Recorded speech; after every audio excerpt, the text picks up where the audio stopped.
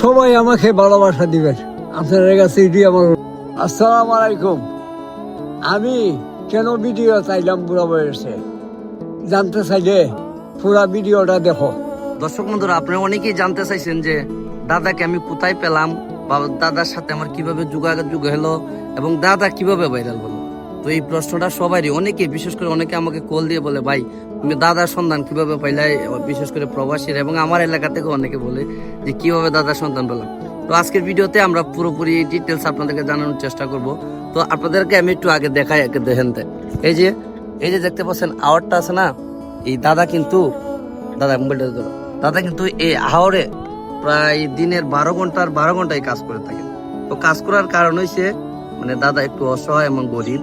তো আমি যখন এর আগে দাদাকে চিনার আগে বা দাদাকে পাওয়ার আগে আমি ভিডিও বানাইতাম একা আমি একাই টিকটক করতাম, বিভিন্ন ফানি ভিডিও করতাম, বিভিন্ন অনেক কিছু করছি।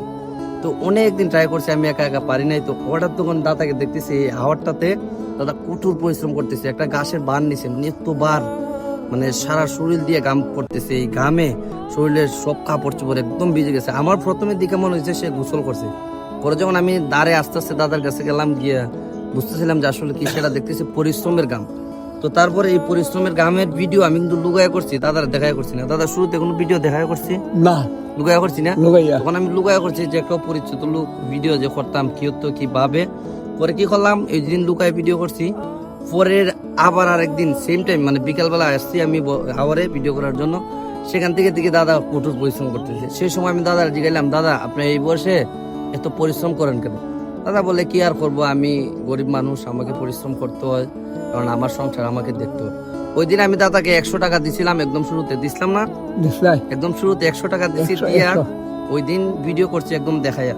তো 2 দিন ভিডিও করার পর ওই 2 দিনের ভিডিও যখন আমি আপলোড দিছি টিকটকে, প্রায় একটা ভিডিওতে 3 মিলিয়ন চলে আসছে রাতারাতি। মানে দাদা একটা বার নিয়ে যাইতেছে, মানে কষ্টের ভিডিওটা টিকটকের প্রায় 3 মিলিয়ন।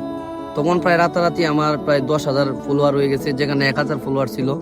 তো ওইভাবে আস্তে আস্তে দাদাকে নিয়ে যখন দাদার প্রমোশন ভিডিওগুলো আমি টিকটকে আপলোড দিই, সেই পরিমাণ ভাইরাল হয়। তো ভাইরাল হইতে টিকটক থেকে অনেকে দাদাকে সহযোগিতা করছিল, 500 200 ওইভাবে দিছিল, যে অসহায় মানুষটার মায়া লাগে, আমি এত টাকা দিব। এভাবে অনেকে অনেক টাকা দিচ্ছে। তারপর যখন দেখলাম যে আমাদের প্রায় 4 লক্ষ ফলোয়ার হয়ে গেছে 2টা টিকটকে, তখন আমরা ফেসবুকে স্টার্ট করলাম। ফেসবুকে স্টার্ট করার পর দাদার ভিডিওগুলো চলতেছে না 200 300। আসলে গাইস একটা কথা বলি, শুরুতে কিন্তু কারো ভিডিওতে ভিউ আসে না। আর ওই যে দাদা বলে না, পরিশ্রম ছাড়া উপায় নাই, এটা সঠিক কথা। প্রায় 16 মাস ভিডিও ছাড়ছি ফেসবুকে, ছাড়ছি না দাদা? ওই সময় কিন্তু মানে আমি দাদাকে আমার সাধ্য অনুযায়ী আমি দেওয়ার চেষ্টা করছি, কেউ টাকা পয়সা তখন দেয় নাই। তো 16 মাস পরে যখন ভিডিওগুলা মানুষের সামনে যাওয়া শুরু করে, এমন ভাইরাল হয় এবং আমাদের ফেসবুক মনিটাইজেশন চলে আসে, তো ওই সময় কিন্তু ওই পরিমাণ ভাইরাল হয় নাই, 10,000 20,000 ভিউয়ার্স ছিল। তো আস্তে আস্তে ভিডিওগুলো এত পরিমাণ ভাইরাল হয়েছে, আপনার টিকটকে 10 মিলিয়ন 8 মিলিয়ন 5 মিলিয়ন।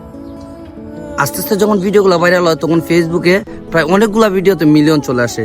এরপর আমাদের বিন মিশাল ট্রাভেলসের মিশাল ভাই আমাদের সাথে কন্ট্যাক্ট করেন, সেখান থেকে আমাদেরকে হজের ব্যবস্থা করেন। শুরুতে দাদার ব্যবস্থা, পরে আমি বলছিলাম আমাকে নিয়েও একটা ব্যবস্থা করে দিন। তো আলহামদুলিল্লাহ এখন পর্যন্ত আমরা ভিডিওর মাধ্যমে দাদা এবং আমি উমরাজ করে আসছি। এমনকি দাদা অনেক টাকা পাইছে নগদে এবং আমি অনেক কিছু পাইছি। তো সব মিলে আলহামদুলিল্লাহ দিবে। আমরা সফল হইতে পারছি কিনা সেটা জানি না, কিন্তু আমাদের প্রায় 4 লক্ষর পাশাপাশি ফলোয়ার, এটাই মনে করি সফলতা।